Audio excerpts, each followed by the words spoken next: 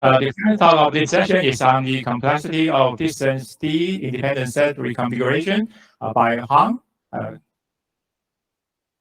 Hello, everyone. Uh, Thank you very much for the introduction. So, my name is Duc Huang. I'm from VNU University of Science, Hanoi, Vietnam. So, the title of my talk today is on the complexity of distant D independent set reconfiguration. And this work was done when I was at Kyoto University, Japan. So here is the outline of my talk today. So first of all, I will briefly introduce the distant independent set reconfiguration problems and our result. Uh, and then I will mention some simple observation about these problems and mention a little about the complexity of this problem on general graph and cordon graphs and split graph. And finally, I will talk about an interesting open question on tree. So first of all, let's talk about the distant independent set reconfiguration or DDISR. So for a simple undirected graph G, so an independent set of G is a vertex subset where no two members are joined by an edge. And for a fixed integer D greater than or equal to 2, a distant D independent set or DDIS of G is a vertex subset where no two members are joined by a path on the most D vertices. And observe that any independent set is also a D2IS and vice versa. And any DDIS is an independent set, but an independent set may not be a DDIS for some fixed integer D greater than or equal to 3. Okay. So the maximum distant D independent set problems or max DDIS is as follows. So D is a fixed integer greater than or equal to 2. And in the input of the problem, you are given a graph G and some positive integer K. And the question is that is there a DDIS of G having at least K members? And in this table, we summarize some interesting results on the complexity of the max DDIS on some graph class, namely a general graph, bipartite graph, and cordon graphs. It is interesting that when D is greater than or equal to 3, on bipartite graph, the max DDIS problem is NP complete. And on the cordon graphs, it is NP complete for the odd values of D, while it is in P for even values of D's. And in both cases, when D equal to 2, that is for the independent set problems, then the problems can be solved in the polynomial time. And you can find information about the complexity of the problem on other graph classes in this reference. Okay, so now let's imagine that a token is placed on each vertex of a DDIS A, and we are assuming that no vertex has more than one token. So let's, for example, in this example here, so these tokens form a D2IS, or in other words, an independent set of this graph. And DDASB is adjacent to A under token sliding if it is obtained from A by moving a single token from one vertex to an unoccupied adjacent vertex, like for example in this graph. So you can either move this token here or this token here, okay, under token sliding.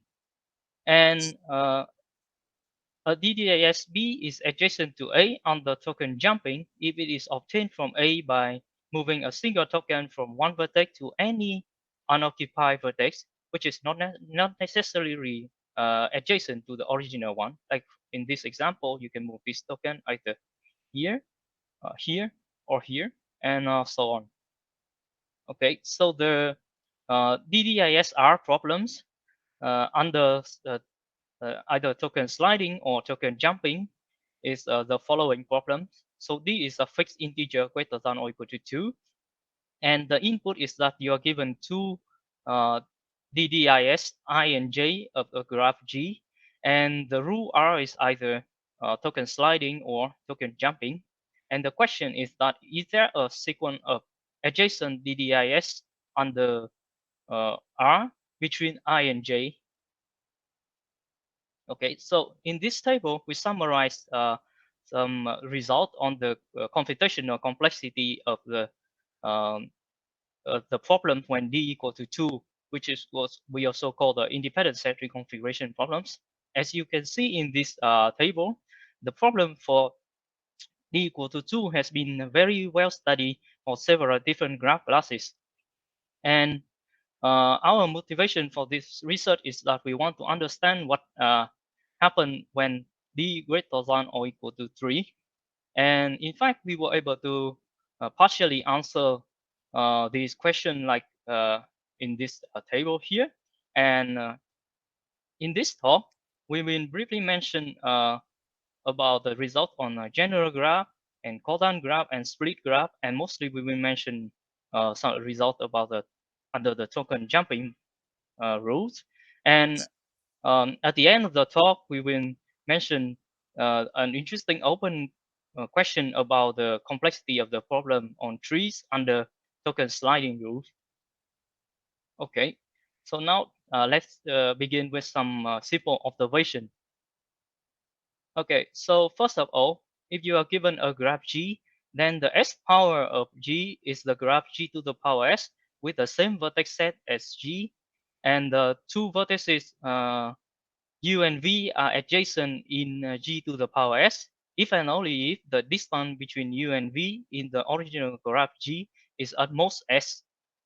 Okay, then properties of this power graph is that if I is a DDIS of G, then if and only if I is an independent set of the graph G to the power D minus 1. And from this property, we can observe that the the max DDIS problem on G is a yes instant if and only if the max D2IS on G to the power D minus 1 is also a yes instant. And naturally, one may ask whether this observation remain true for the reconfiguration variance of max DDIS. And the answer is that when you consider the token jumping, this observation remains true, while when you consider token sliding, the observation does not hold. The reason is that in the token sliding models, we need to take care about the edges in G to the power D minus 1 when we doing the reconfiguration.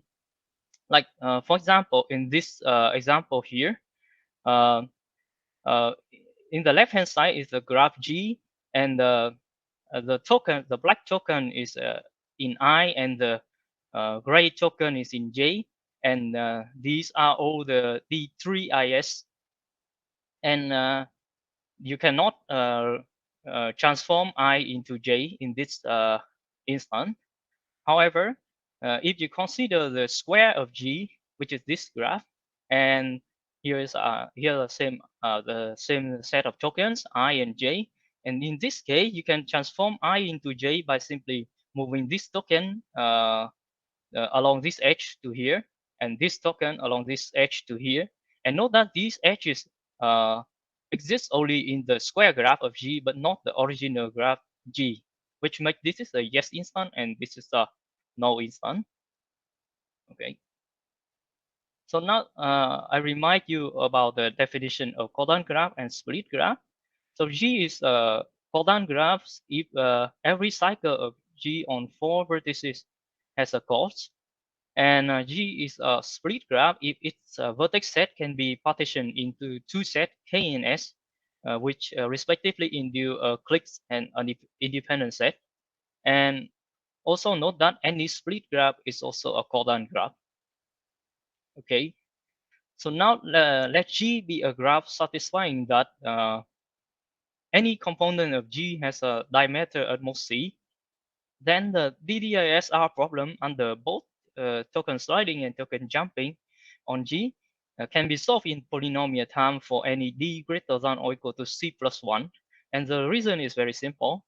So when you have a D greater than or equal to C plus 1, so any distant D independent set is now of size exactly 1, and the reconfiguration becomes trivial.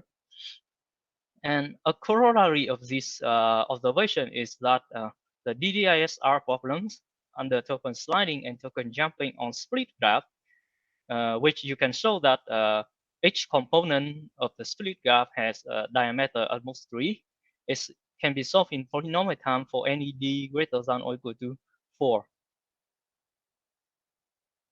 Okay, so now let's talk about some general graph. So we proved that the DDISR problem under token jumping on general graph is piecewise complete for any d greater than or equal to 3. And the idea is to reduce from the independent set reconfiguration problems under token jumping on general graph. And this problem is a piecewise complete problem that was proved by Ito et al. In 2011. Okay, so our reduction is as follows. So first we have an original graph G, and we want to construct a new graph G prime. Okay, so to construct the G prime, so we will consider the case where the difference between when D is odd and D is even. So in both cases, to construct G prime, so first we keep we start from the graph G, and then we replace each edge of G by a part of length D minus 1, like this. And then when D is odd, so we form a glitch between all the new vertices, like this. And when D is even, we add a new extra vertex X star and join it to all other new vertices, like this. So in these constructed graphs, so if you have like an independent set in the original graph G, like 1 and 5, then that set is also a distant D independent set in the constructed graph, and vice versa.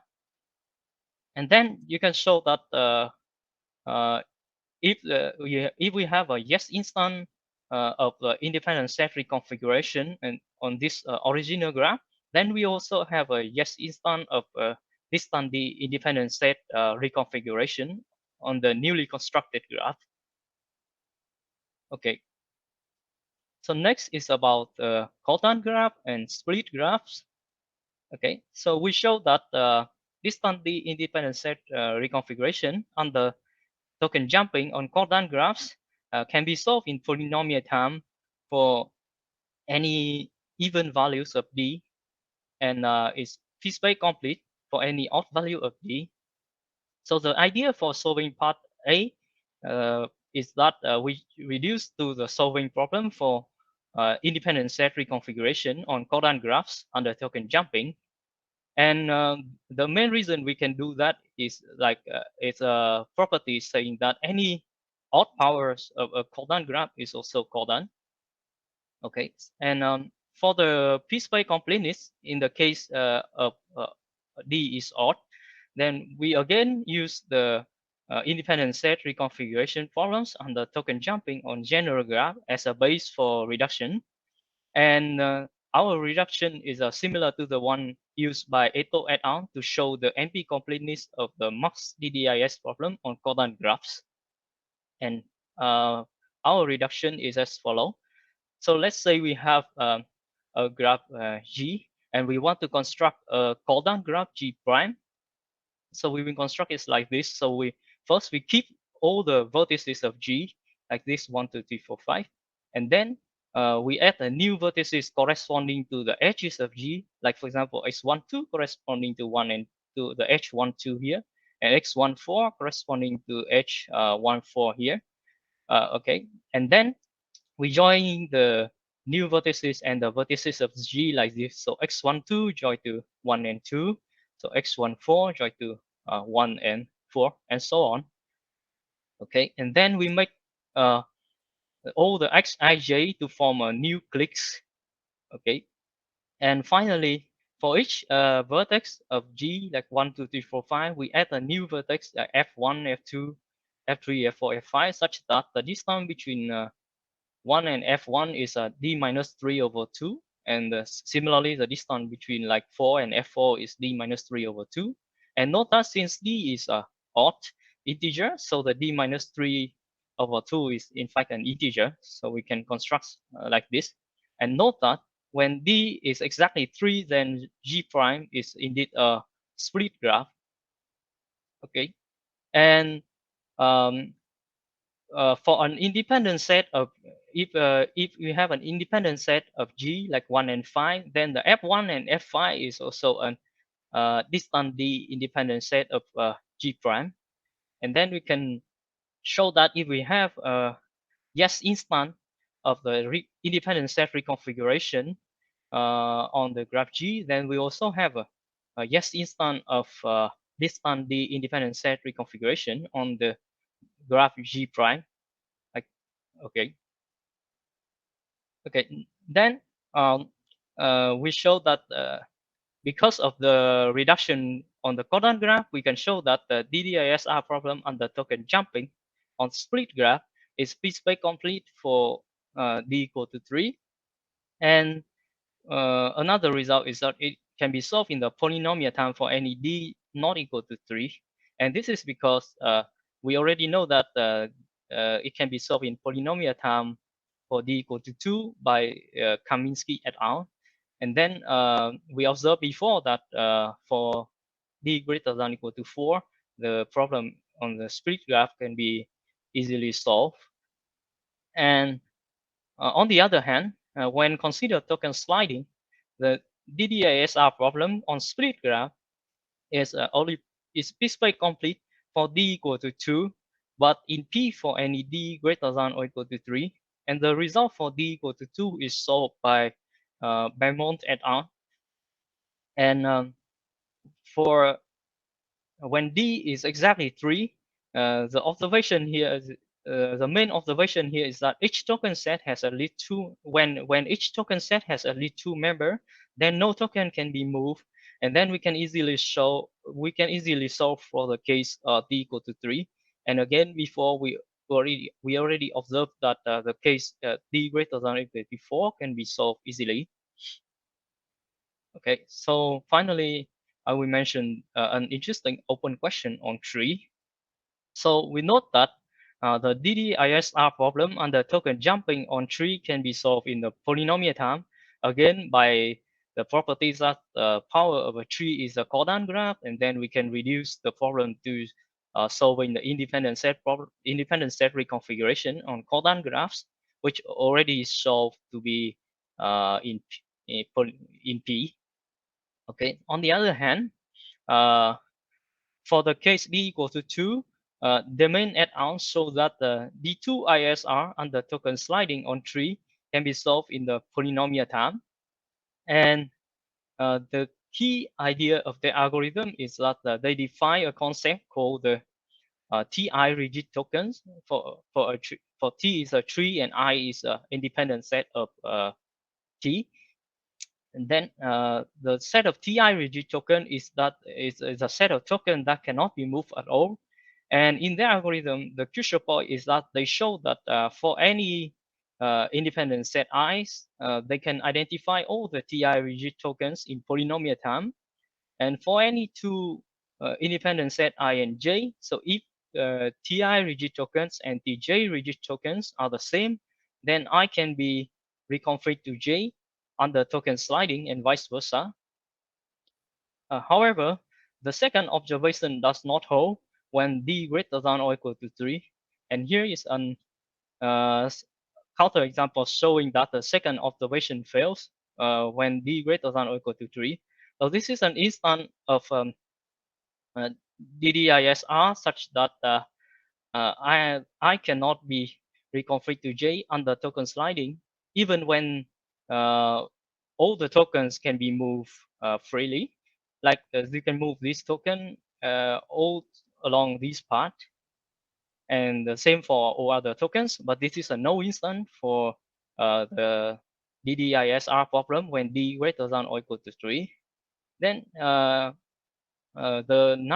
natural way of extending algorithms from the case d equal to 2 may not work, and we need more insightful idea for solving these problems.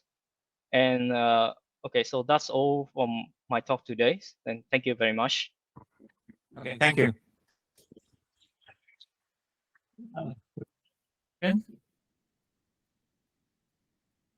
Yeah, I have one question. In your token jumping model, is the distance that a token can jump matter or it doesn't matter?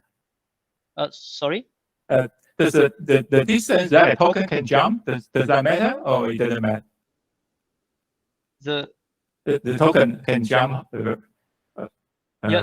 Yes. So the tokens can jump to any unoccupied vertex without changing the distance properties. I mean, like for example, so in this case, this token cannot jump to here because the token set then will not form an independent set anymore. Okay, I see. Yes. All right. Other question? Okay, let's thank our speaker again. Yeah. Okay. Thank you very much. Okay.